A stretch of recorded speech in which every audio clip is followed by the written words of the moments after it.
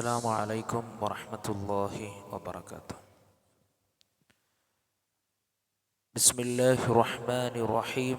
الحمد لله والصلاة والسلام على رسول الله وعلى آله وصحبه أجمعين. أما بعد. ഏറെ ആദരവ് നിറഞ്ഞ സത്യവിശ്വാസികളെ, സഹോദരങ്ങളെ, അല്ലാഹു സുബ്ഹാനഹു വ തആല നമ്മുടെ കർമ്മങ്ങളെല്ലാം ഇഖ്ലാസോടുകൂടി നമ്മിൽ നിന്ന് സ്വീകരിക്കുമാറാകട്ടെ. മഹാനായ റസൂലുള്ളാഹി സ്വല്ലല്ലാഹു അലൈഹി വസല്ലമ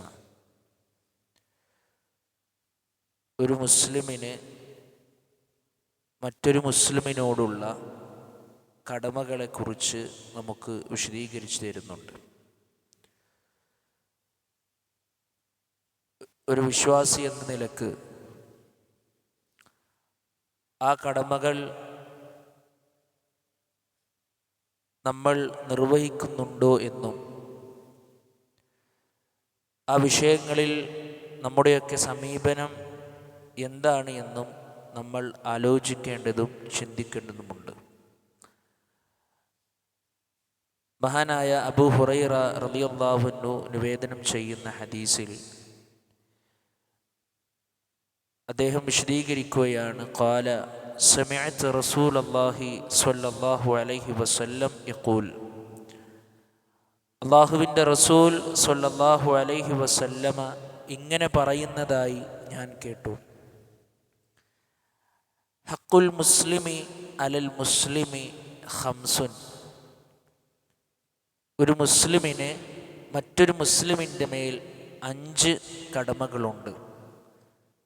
മറ്റൊരു ഹദീസിൽ നമുക്ക് കാണുവാൻ കഴിയും ഹഖുൽ മുസ്ലിമി അലൽ മുസ്ലിമി സിത്തുൻ, 6 കടമകളുണ്ട് എന്ന്. മറ്റൊരു ഹദീസിൽ 7 കടമകളുണ്ട് എന്നും റിപ്പോർട്ട് വന്നതായി നമുക്ക് കാണാൻ സാധിക്കുന്നുണ്ട്. റസൂലുള്ളാഹി സ്വല്ലല്ലാഹു അലൈഹി വസല്ലമ ഇവിടെ 5 കടമകളെക്കുറിച്ചാണ് വിശദീകരിക്കുന്നത്. ഒന്നാമതായി പ്രവാചകൻ സ്വല്ലല്ലാഹു അലൈഹി വസല്ലമ പഠിപ്പിക്കുന്നു റദ്ദുസ്സലാം, സലാം മടക്കുക എന്നുള്ളതാണ്. രണ്ടാമതായി പ്രവാചകൻ സ്വല്ലല്ലാഹു അലൈഹി വസല്ലമ പഠിപ്പിച്ചത് വഇയാദത്തുൽ മരീദ്, രോഗിയെ സന്ദർശിക്കുക എന്നുള്ളതാണ്. മൂന്നാമതായി നബി സല്ലല്ലാഹു അലൈഹി വസല്ലമ പഠിപ്പിച്ചത് വത്തിബാഉൽ ജനായിസ്, ജനാസയെ പിന്തുടരുക എന്നുള്ളതാണ്.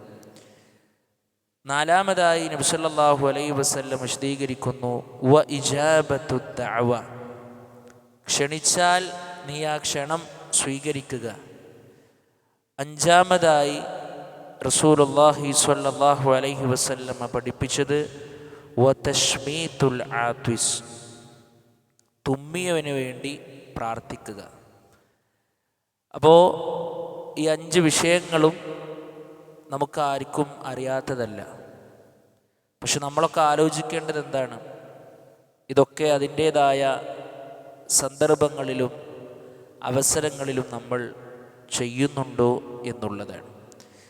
റസൂലുള്ളാഹി സ്വല്ലല്ലാഹു അലൈഹി വസല്ലമ ഈ ഹദീസിൽ നമ്മളെ പഠിപ്പിക്കുന്നത് നമുക്ക് നമ്മുടെ മുസ്ലിമായ ഒരു സഹോദരനോടുള്ള ബാധ്യതയെക്കുറിച്ചാണ്. ഓരോ വിഷയങ്ങൾ നമ്മളെടുത്ത് പരിശോധിക്കുമ്പോൾ നമ്മളെല്ലാവരോടും സലാം പറയുന്ന ആളുകളാണ്.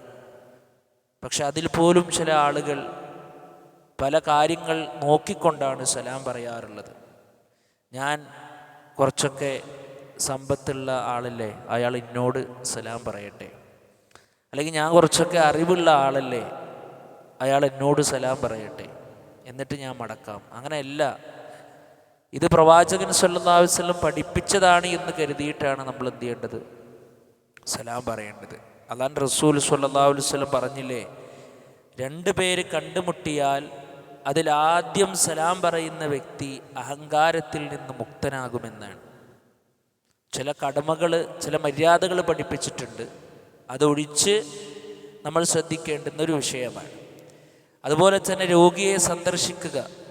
രോഗികൾ അവിടെയും ഇവിടെയുമൊക്കെയായി പ്രയാസപ്പെടുമ്പോൾ ഒന്ന് പോയി കണ്ടാൽ മതി. അവരുടെ വിശേഷങ്ങൾ ചോദിച്ചാൽ അള്ളാഹു ശിഫയാക്കി തരും എന്നുള്ളൊരു വാക്ക് മതി. ഒരു പക്ഷേ ആ രോഗിയുടെ മനസ്സിൽ അതെന്നും സന്തോഷമുണ്ടായിരിക്കും. അതുപോലെ ജനാസയെ പിന്തുടരുക. അതുപോലെ തന്നെ ക്ഷണം സ്വീകരിക്കുക. ആരെങ്കിലും നമ്മളെ എന്തെങ്കിലും കാര്യത്തിൽ ക്ഷണിച്ചാൽ ആ ക്ഷണം നമ്മൾ സ്വീകരിക്കുക. ഇനി നമുക്ക് വരാൻ കഴിയില്ലെങ്കിൽ നമ്മൾ എന്ത് ചെയ്യുക? അത് ആ ടൈമിൽ നമ്മൾ കൃത്യമായിക്കൊണ്ട് കാരണങ്ങൾ പറയാം.